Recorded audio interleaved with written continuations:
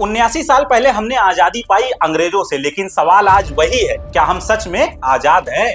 15 अगस्त 1947 ये एक सिर्फ तारीख नहीं थी, ये गांधी की अहिंसा, नेहरू की दूरदृष्टि, सरदार पटेल की एकता की नीति, अंबेडकर का संविधान और भगत सिंह जैसे अनगिनत बलिदानों का नतीजा थी। उन्होंने हमें एक लोकतंत्र दिया जहां हर वोट की कीमत बराबर हो, हर आवाज की गूंज संसद तक पहुंचे और सत्ता जनता के आदेश से चले। लेकिन देश में एक तबका ऐसा है जिनके हिसाब से आज आजादी के 11 साल हुए हैं, क्योंकि उनके हिसाब से तो आजादी हमें 2014 में मिली थी।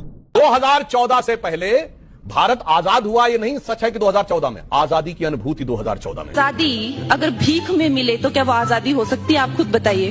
वो आजादी नहीं थी, वो भीख थी, और जो आजादी मिली है वो 2014 में मिली है। लेकिन आज जब चुनाव से पहले वोटर लिस्ट से लाखों नाम गायब हो जाते हैं, जब सत्ता और चुनाव आयोग की मिलीभगत पर सवाल उठते हैं, जब लोकतंत्र की जड़ों में साजिश के तहत जहर डाले जाते हैं, तो हमें खुद से पूछना होगा, क्या ये वही भारत है जिसके लिए हमारे पूर्वजों ने फांसी के फंदे को चूम लिया था? आजादी हमने अंग्रेजों से छीनी थी, पर क्या अब हमें अपने ही सिस्टम से लोकतंत्र को छुड़ाना होगा? डर तो बेईमानों को होता है, ईमानदारी को कैसा डर? याद रखो, आजादी सिर्फ जंजीरों से निकलने का नाम नहीं है, ये सोच की बेड़ियों को तोड़ने का भी नाम है।